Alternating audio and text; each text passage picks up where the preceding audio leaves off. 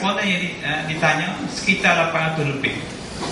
Di kalangan ahli-ahli masjid, orang yang pergi masjid di Selangor, dalam 862 orang, tak silap saya, hanya 11% sahaja yang terpengaruh. Kalau kita tidak buat apa-apa program, saya bimbang dalam 20 tahun akan nanti angka ni akan menjadi membesar kepada 20%, 30% sebagainya. Jadi sebab itulah kita kena buat langkah-langkah proaktif menjelaskan keadaan itu. Satu pendekatan, saya bawa contoh, saya hantar pembantu pilih saya pergi satu masjid. Ditanya, apa pandangan Pak Tuan mengenai orang yang mengamalkan bid'ah ni? Sampai ada yang saya kata sah kahwin, bernikah kahwin tapi haram. Siapa yang ajar ni mazhab macam ni? Ini data lapangan tuan-tuan, tak ada tulis dalam buku. Jadi saya ingin menyebut inilah yang kita bimbang.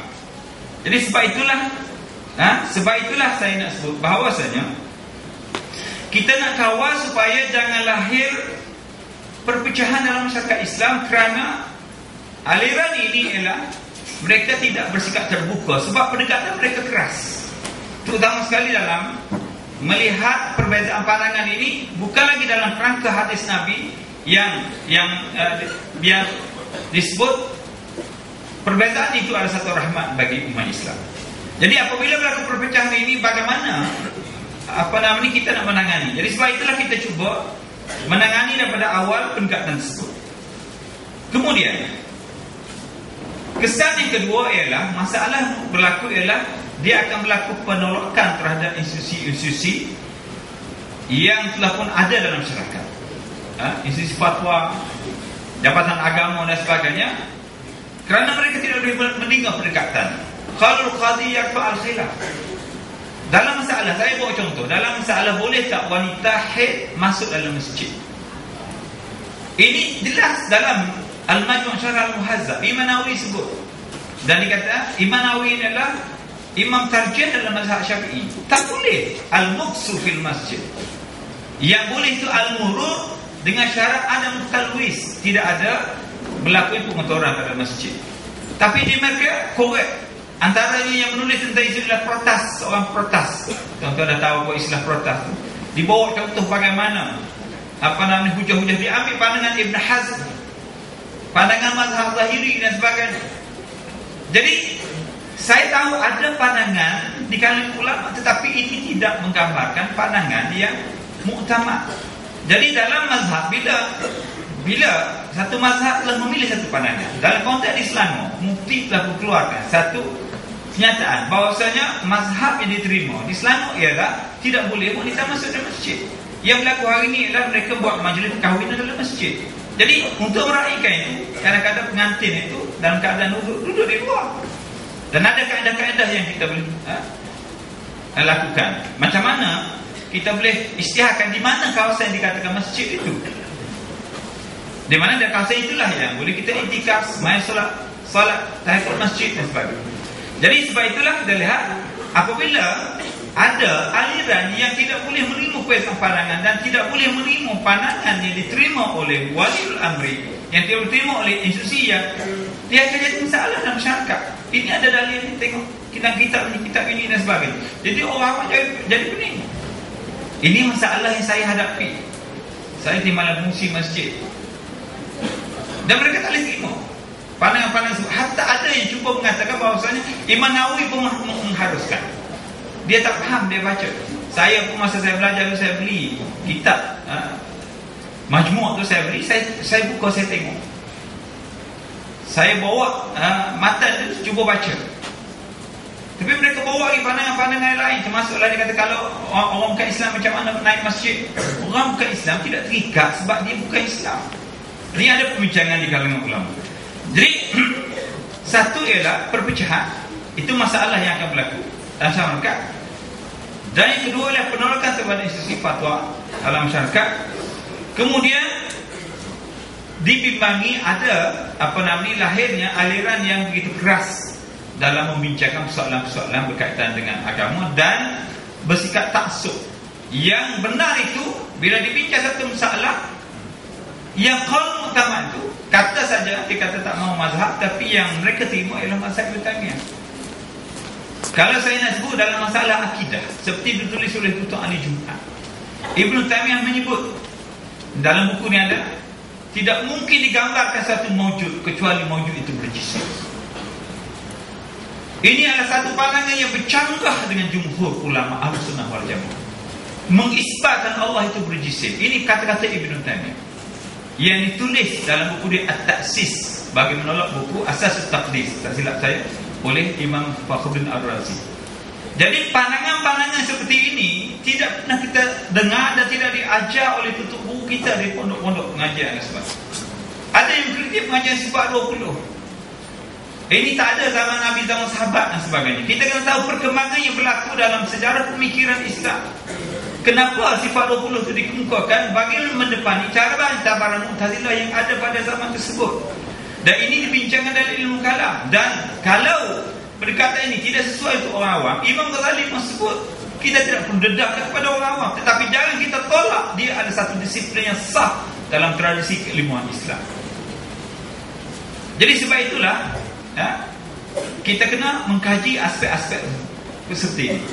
Jadi kalau kita biarkan pendekatan ini berkembang dalam masyarakat, maka dibimbangi, saya bimbang ialah keharmonian kita dalam mengamalkan tuntutan agama kita dari segi akidah, dari segi syariah dan sebagainya, boleh menyebabkan berlaku keadaan yang tidak keruan dan sebagainya, dan ini boleh memberi kesan dari segi perpecahan dalam masyarakat dan sebagainya. Jadi sebab itulah saya mengukuhkan pandangan supaya kita kembali kepada asas yang kita sedia ada dalam masyarakat.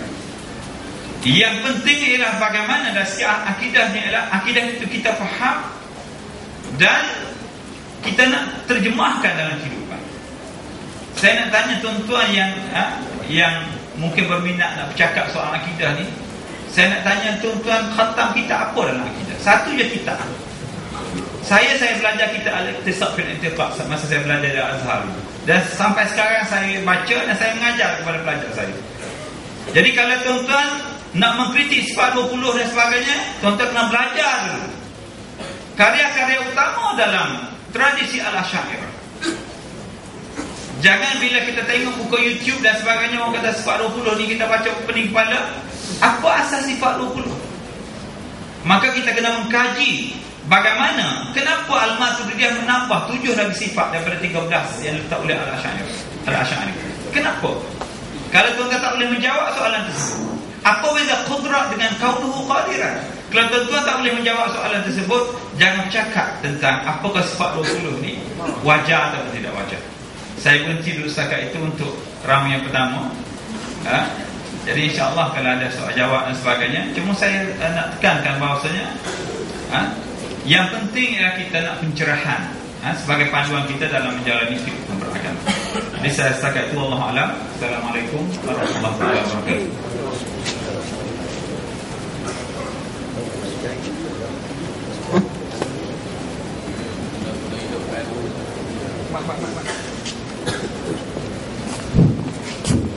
Terima kasih kepada Ustaz Fauzi, dan tadi kita dah ikuti Ustaz Zamihan, dan kemudian tentang beberapa perkara yang kita telah ikuti melalui dua ceramah ini, menimbulkan macam-macam kesimpulan dan mungkin reaksi, serta perlu kepada penjelasan lebih lanjut.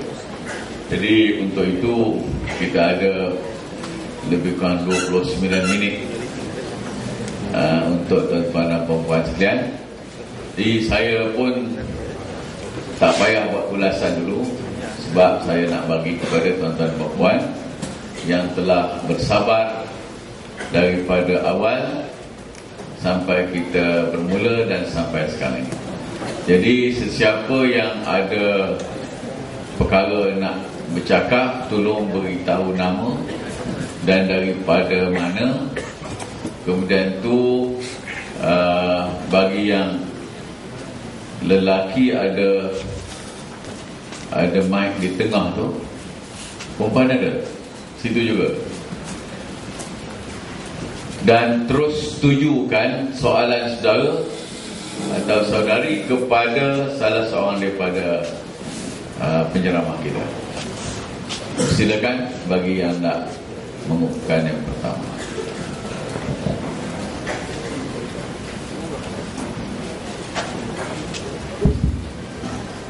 Assalamualaikum warahmatullahi wabarakatuh. Ahli panel yang dihormati, saya Muhammad Fazlah bin Abdul Rashid dari Batu 12 Jalan Bangka. Ada dua persoalan. Yang pertama, kita lihat berkenaan dengan realiti bahaya fahaman Wahabi kepada masyarakat kita khususnya. Tetapi persoalan yang ingin saya timbulkan adalah berkenaan dengan apakah fahaman ataupun ideologi yang berkaitan dengan sekularisme dan juga nasionalisme ini satu ataupun perkara yang tergolong dalam bid'ah dhalalah dari segi akidah. Okey. Yang kedua, berkenaan dengan apakah corak ataupun ideologi pemikiran yang kita lihat di akhir-akhir ini banyak dikeluarkan pendapat ataupun pandangan yang memberikan salah faham kepada umat Islam berkenaan dengan penolakan berkenaan dengan hukum Islam, adakah termasuk dalam kategori metod mereka yang membawa pemikiran Wahabi? Terima kasih. Assalamualaikum. Saya silakan, sebab dia tak sebut ni. Yang pertama minta Ustaz Damian dulu, lepas tu baru Ustaz Dato' Bakri. Terima kasih kepada pihak yang mengemukakan soalan berkait dengan pemikiran sekularisme dan nasionalisme. Kita sebenarnya merujuk pada intisari fahaman atas apa jenama sekalipun. Kalau kita merujuk pada sekularisme yang memisahkan agama daripada politik kehidupan, maka ia juga terdiri daripada pemikiran yang sesat dan menyeleweng. Kerana agama satu pakej yang lengkap dalam kehidupan, tidak boleh dipisahkan dengan juzuk-juzuk yang tertentu. Sebenarnya nak guna jenama nasionalisme ke, pragmatisme ke, orientalisme ke, rosma ke, pulang. Yang penting intisari pemikiran, pisahkan Islam dengan juzuk kehidupan, itu dah dikira sebagai menyeleweng. Boleh diistilahkan sebagai bid'ah pemikiran kontemporari. Okay? Bid'ah pemikiran kontemporari. Bahawa kita jangan lihat bid'ah dari sudut aspek furu' fiqhiyah. Bid'ah yang paling utama bid'ah pemikiran. Contohnya musyabbihah yang mengatakan Allah sama dengan makhluk dari sudut zat, sifat, perbuatan. Ada fahaman mujassimah. Allah ada mata, ada tangan, ada kaki, ada betih, ada telinga, tapak kaki, ada usuk, ada muka, ada bibir. Wajah Allah sama dengan wajah makhluk. Ini bid'ah dhalalah dari sudut pemikiran. Sebab tidak ada dalil yang sahih, yang benar, yang boleh dipertanggungjawabkan, bahkan bertentangan dengan dalil yang benar, yang sahih, yang diistimbatkan oleh ulama. Juga bid'ah yang berkait dengan persilatan, perbomohan, memuja ruh, dan juga yang berkait dengan pemujaan pada unsur-unsur batu, kayu, besi, kuning dan sebagainya, terangkum dalam bid'ah dari sudut syariat. Jadi kita melihat perkara begini secara serius dan semestinya memerlukan kepada penjelasan dan pendalilan. Saya rasa sekadar itu yang boleh saya beri respon. Allahu a'lam. Okey, soalan saya rasa kalau silap saya, apakah menolak hukum Islam ni termasuk fikiran Wahabi? Satu ialah saya nak sebut bahawasanya masalah dalam fikiran Wahabi ni ialah dia tidak boleh menerima perbezaan pandangan. Itu masalah. Pandangan saya di kalangan ulama yang betul itu, pandangan saya betul tapi diihtimalkan salah. Pandangan ulama lain itu salah, diihtimalkan betul. Macam saya sebut tadi tentang haid wanita dalam masjid. Ada ba'dul Hanabilah mengatakan boleh dengan syarat dia kena ambil wudu. Tapi ba'dul Hanabilah, pandangan yang lain tidak menerima. Jadi kalau dia nak ambil pandangan itu tak ada masalah, ambillah untuk dia seorang. Tapi bila pandangan dia diterima oleh waliul amri dan sebagainya, dia tidak boleh menafikan. Itu juga pandangan yang ada ulama yang berpandangan sedemikian. Jadi masalah di kalangan Wahabi ini, dia tak boleh menerima pandangan sebab pendekatan dia keras. Yang ikut Quran Sunnah itu satu saja, iaitu mengikut tafsiran dia. Macam tadilah Ahlussunnah wal Jamaah tu Ibn Taymiyah, Ibn Qayyim, Muhammad Abdul Wahab, dan ada 2-3 orang lagi. Sama juga masalah bid'ah. Bid'ah berbagai bid'ah. Yang kata tak ada bid'ah hasanah sayyi'ah ni, satu Syatibi, yang kedua Ibn Qayyim, Ibn Taymiyah. Bagaimana pandangan dengan Imam Nawawi? Bagaimana pandangan Izzuddin Abdul Salam dan sebagainya? Jadi dalam masalah yang ditanya tentang apakah menolak hukum Islam, menolak hudud misalnya, apakah termasuk Wahabi? Ini tak ada kaitan dengan Wahabi. Ya? Sebab apa? Sebab hukum Islam ni ialah sesuatu yang wajib, sesuatu yang sifatnya maklum minad din bil darurah. Dalam mazhab Ahlussunnah wal Jamaah, menolaknya ialah keluar daripada Islam. Cuma perbincangan hari ini ialah apakah hudud itu boleh dilaksanakan sekarang ataupun perlu dipikirkan dari segi mekanismenya dan sebagainya. Saya katanya pandangan pribadi saya, dengan keadaan masalah sosial yang berlaku pada hari ini, memang umat Islam perlu untuk memikirkan bagaimana nak melaksanakan hudud dalam konteks negara kita. Ini telah dibuat di Aceh dan sebagainya. Sebab apa? Sebab saya nak sebut begini, perbaikan Islam ini disebut dalam parlimen pada tahun 1973, dalam Hansard Parliament, ada dalam bilik saya. Bila perbaikan Islam dibuat pada tahun 1983, 10 tahun lepas daripada itu. Hari ini pada tahun 2011, bank-bank bukan Islam, Hong Leong Bank pun ada perbaikan Islam. Dan tidak mustahil, pihak barat sedang mengkaji bagaimana nak melaksanakan dalam bank-bank. Jadi kita kena yakin yang Islam itu yang baik. Cuma dia didindingi oleh salah faham, orang Islam tak faham dan sebagainya, maka kita kena bagi penjelasan. Jadi kita jangan lihat orang yang berbeza pandangan, misalnya itu Wahabi tak. Ini ada pandangan di kalangan ulama lain, cuma masalah pendekatan dia keras. Dia tak boleh terima perbezaan pandangan. Benda khilafiyah itu ialah bid'ah. Banyak lagi soal-soal zikir, talqin dan sebagainya. Dari konteks ini ialah pendekatan keras ini sebenarnya pendekatan tabdi' dan mungkin sebahagian isu takfir. Ini bukan pendekatan Ahlussunnah wal Jamaah. Hatta bila Syed Qutb menulis tentang takfir, Syed Qutb, tak silap saya, menulis tentang bila lahirnya kerajaan Umayyah, maka unsur-unsur jahiliah itu dihidupkan kembali. Qardawi pun mengkritik buku dia, pandangan Syed Qutb dalam masalah tersebut. Jadi kita kena lihat isu daripada case by case. Jadi yang kita nak ialah supaya kita kembali berpandukan kepada pandangan yang diterima oleh jumhur Ahlussunnah wal Jamaah, dan inilah yang diamalkan oleh pihak berkuasa agama kita dalam konteks negara kita. Wallahu a'lam. Masih ada lagi? Ya, silakan. Assalamualaikum warahmatullahi wabarakatuh. Saya lepas ni jadi kita dengar dulu soalan ni, lepas tu jawapan. Okey. Kita tanya. Saya Ustaz Nur Hamizi daripada Jabatan Islam Pahang. Ya. Ada beberapa perkara yang ingin dilontarkan di sini.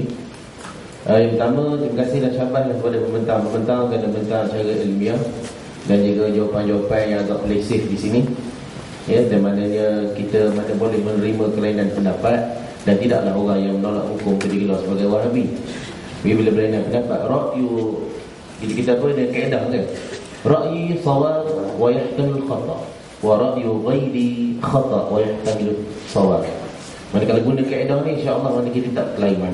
Dan sekali masalah tajuk kita masalah fikiran realiti Wahabi di Pahang ni, dia tak ada masalah besar sangat.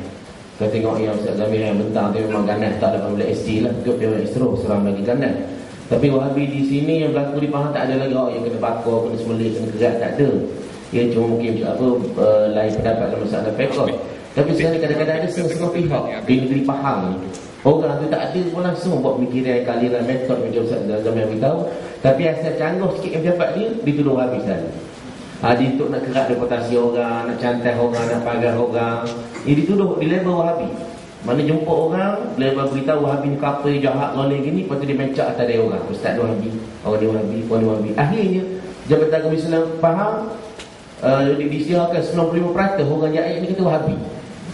Ni mana dalam bila dikeluarkan oleh adalah individu yang kita kenali dipahami. Akhirnya Jabatan Agama kena fitnah. Mana menghakis dengan masyarakat pada institusi agama. Dia dah jadi satu budaya dah. Ya, kita harap dia tidak melarat di tempat lain. Kalau benar orang tu buat aliran apa tasbih ke tasbih ke benda, tu bolehlah kita nak gelar. Tapi ni tak ada putih langsung. Ngajar kita fiqh Syafi'i, ngajar kita akidah akidah apa sifat 20, tapi kena tuduh Wahabi juga. Sebab apa? Sebab tak sebulu. Ni masalah besar faham ni. Ya. Atau yang keduanya saya nak tanya Ustaz Gamil yang tadilah, kalau institusi jadi ejen tadi Wahabi Arab Saudi ni kira Wahabi, jadi ejen Wahabi belaka. Dah tanyalah keluaran Universiti Islam Madinah ni Wahabi belaka. Ya, macam Jordan lah. Jordan kan ada orang yang menjadi Wahabi, ada orang tak jadi benda, ada. Ya, orang yang Syiah, ada. Jadi mana kita nak main buka lima belaka ke, ataupun kita nak spesifik kalau orang ni begini, orang ni begini. Sebab dia jadi fitnah. Kalau salah cara bawa, sudah kita jadi kurang Wahabi juga. Tapi orang yang tak betul, mana akhlak dadak tak ada, akhir-akhir orang dengar dia pun perangai sebuah Wahabi juga. Akhirnya begitu. Ya, sebab ada kita buat kajian contoh di Jordan tu kita tauhid pakai apa. Di Madinah tu silibus tauhid ni dipakai kitab Sulaiman bin Abdul Wahab. Dia bukan kitab Muhammad Abdul Wahab, bukan kitab Ibn Taimiyah, bukan kitab Ibn Qayyim Al-Jauziyah. Ya, dan kitab fiqh pun kata 4 mazhab. Masuk mazhab sahabat, mazhab muhaddithin, mazhab mufassirin. Dia ngaji belaka. Tapi kadang-kadang kita dengar ujung telinga dapat maklumat sikit, tapi kita main buka lima. So ini berlaku pada Imam Malik. Orang tuduh dia kata dia pun mempelopori pendapat mengharuskan liwat. Sedangkan ini ialah pandangan daripada kitab Imam Malik yang telah ditahrif di maktabah di negara barat. Itu bahaya kalau buat master PhD di negara barat, sebab sedangkan Quran dijamin pelihara oleh Allah, ditahrif oleh puak-puak ni, diseleweng. Apatah lagi kitab karangan para ahli ulama. Maka awas-awas sebab ini zaman fitnah. Sebab kalau dituduh orang keluar Madinah habis Wahabi belaka, keluar Jordan habis Wahabi belaka, Ahbab ke Syiah belaka, ingat maruah dan juga aib seseorang. Jadi kita main buka lima main lempar gitu saja. Kemudian kita tinggalkan tempat habis orang pakai balok, pakai tak percaya belaka. Ya, wallahu a'lam. Agak panjang. Terima kasih. Jadi maknanya di sini kita kena fahamlah, jangan brand barang brand lah. Maknanya jangan asal lain je sikit, ni Wahabi dah ni. Lain je sikit, ini Syiah dah ni. Tapi maknanya sekarang ni kita tentang bercakap tentang pertamanya kita nak tahu Wahabi ini macam mana sebenarnya. Jadi saya rasa setakat yang telah ditentangkan tadi dah jelas. Oleh sebab itu barangkali tak timbul lagi dah. Kalau sekiranya nanti ada apa-apa pandangan yang berlain tu, dikatakan dia tu Wahabi, melainkan apabila termasuk dalam salah satu daripada sifat-sifat yang telah disebutkan. Yang keduanya yang saya nak beritahu ialah kita ni kena berjaga-jaga. Walaupun belum ada lagi yang berbalah sampai berkelahi, bertetap, berpalang kerana tuduhan Wahabi atau kerana angkara Wahabi. Jadi kita kena tahu dululah. Maknanya sekarang ni alhamdulillah kita sangat-sangat bersyukur masyarakat kita sama sekali tinggi faham ni tak ada sampai begitu. Tapi kalau dah rajin sangat nanti khabar Wahabi buat gini Wahabi, lama-lama dia mengaji betul cara Wahabi itu yang kita takut. Jadi alhamdulillah saya rasa tak perlu pada jawapan daripada panel kita. Saya silakan saudara kita yang nak bertanya tadi.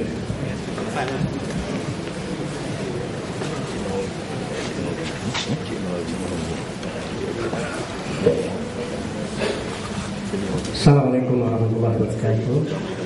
Saya Muhammad Nawawi Yusuf daripada UiKM.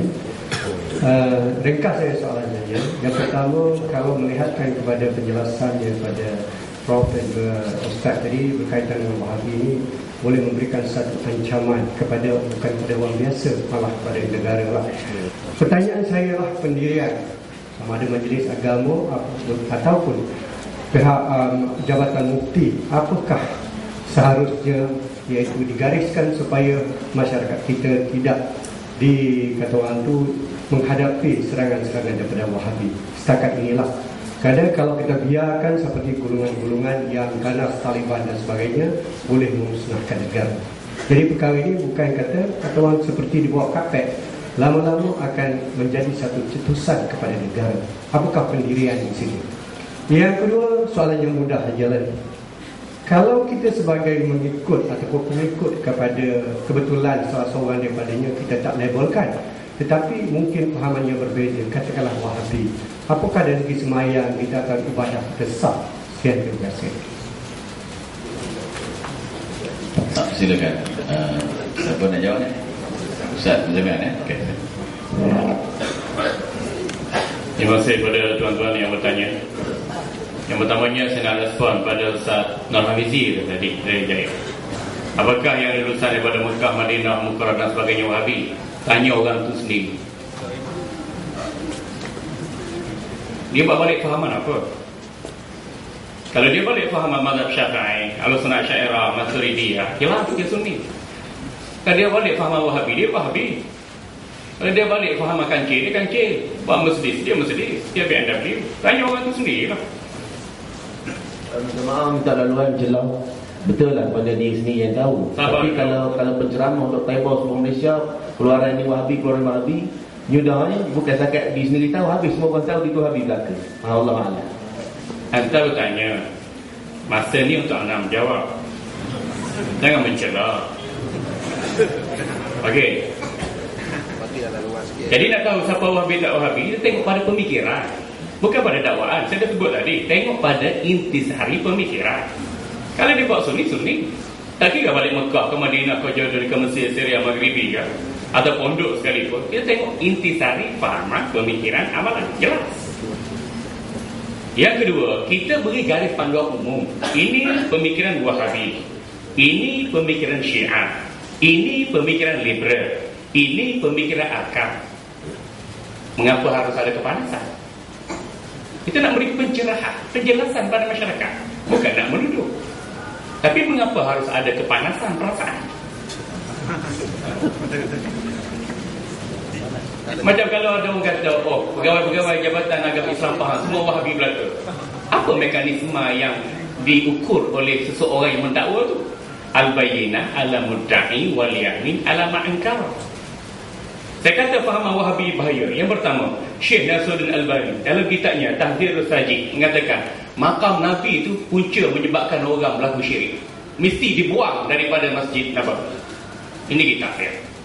Saya katakan yang bahaya lagi, tokoh Wahabi dalam kitabnya Dinul Khalid, Sayyid Muhammad Siddiq Khan Al-Qanuji Al-Bukhari, dia katakan ikut mazhab ni syirik sesat. Ni taklidul mazahib minasyirik. Jadi kalau pelajar kita pergi Madinah, pergi Mekah, pergi Mukarram, kalau belajar dengan dia orang ni tak buat balik fahaman tu, it's okay, tak ada masalah. Ikut fahaman dalam negeri kita, dalam negara kita, Sunni Syafi'i, tak ada masalah. Tapi kalau mereka belajar di sana, di mana-mana universiti sekalipun, buat balik fahaman-fahaman begini, berat kita. Itu yang kita nak jaga. Dan kalau kita nak kata orang tu Wahabi, tengok intisari fahaman dia. Kalau orang nak tuduh kita macam-macam, dia kena kemukakan bukti. Dan ini bukti yang banyak sangat lah. Kalau nak baca kitab-kitab sekian-sekian, dikarang oleh sekian. Jadi kita tidak akan menuduh kecuali secara jelas. Al-bayyinah ala mudda'i wal yamin ala man ankar. Baik.